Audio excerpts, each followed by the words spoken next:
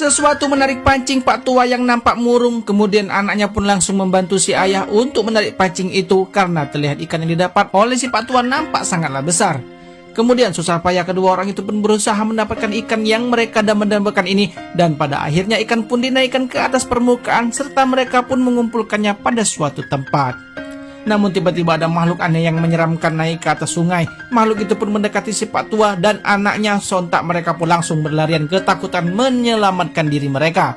Ternyata makhluk ini adalah seorang pemuda yang menyamar menjadi monster sungai. Ini ia lakukan agar bisa mendapatkan ikan tanpa harus berusaha keras, termasuklah ikan kepunyaan si Pak Tua itu.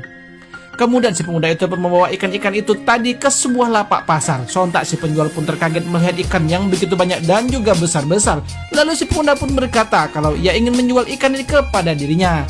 Tapi ada pemandangan aneh pada ikan itu. Terlihat kalau di mulut ikan itu terdapat bola-bola kecil yang berwarna keemasan.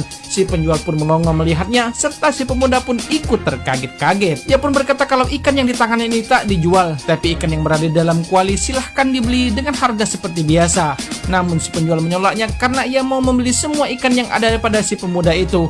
Lalu si pemuda pun berkata kalau ia sedikit keberatan, tapi si penjual pun mau membeli ikan di tangannya itu dengan harga 500.000. Maka ia akan melepasnya. Tapi tanpa berpikir panjang ia pun membeli ikan itu. Kemudian si penjual pun langsung saja membelah perut ikan itu. Ia pun menemukan bola-bola kecil yang nampak seperti emas. Ia terlihat sangat senang dengan apa yang didapatkan dan si pemuda pun pergi dari sana.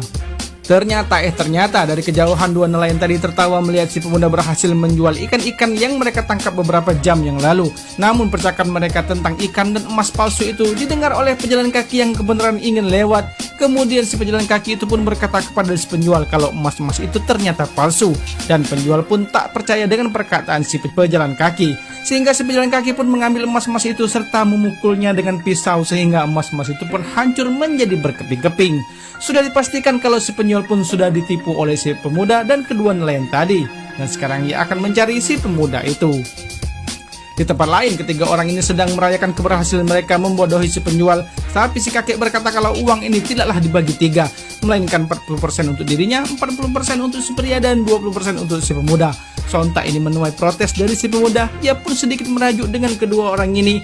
Lalu di saat mereka sedang membagi uang itu, si penjual pun datang dan langsung meringkus ketiga orang ini. Tapi si pemuda pun lolos dan kedua orang ini pun langsung ditangkap.